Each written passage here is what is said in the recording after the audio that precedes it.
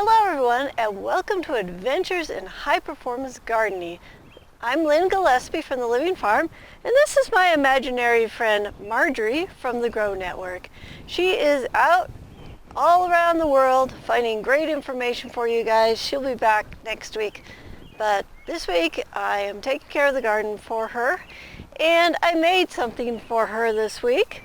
And what I made was a chart, and on the chart we have listed our heavy feeders, our light feeders, so that as she's traipsing around the world and is trying to get, everything else organized, her garden's organized, and we know when to feed the plants. So the heavy feeders like tomatoes and squash, they require more food to live up to their full genetic potential. And so she can just very easily go down, oh, it's this week, and feed, and then the light feeders need feed about every 8 weeks, heavy feeders about every 4 weeks. So this is just to make her life a little easier. And when I'm babysitting or she's got another babysitter, we can come in and say, oh, this is what we need to do.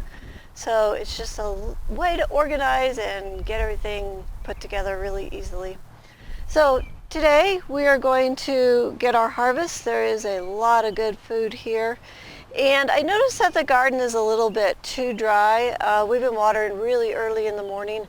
And so what we're going to do is we're going to go ahead and step that up to twice a week. And then next week we're going to mulch real heavy, and that'll help cut back on the water. So I'm going to go ahead and get the harvest, and we'll see what we got here.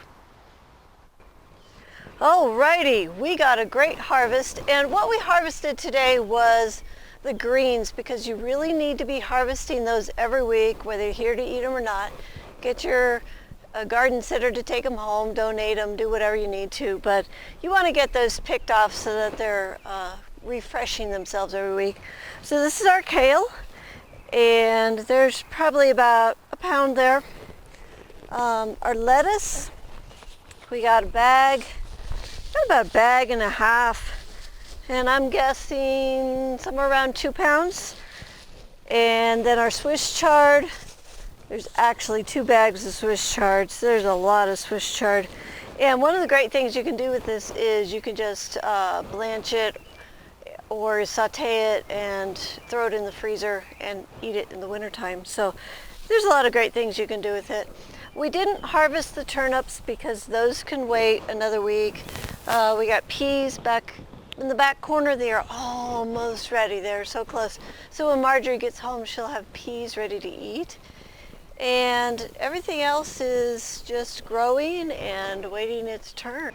Well, this is the end of this show, and hopefully next week our imaginary friend Marjorie will be back in full force, and we will take another look at this garden.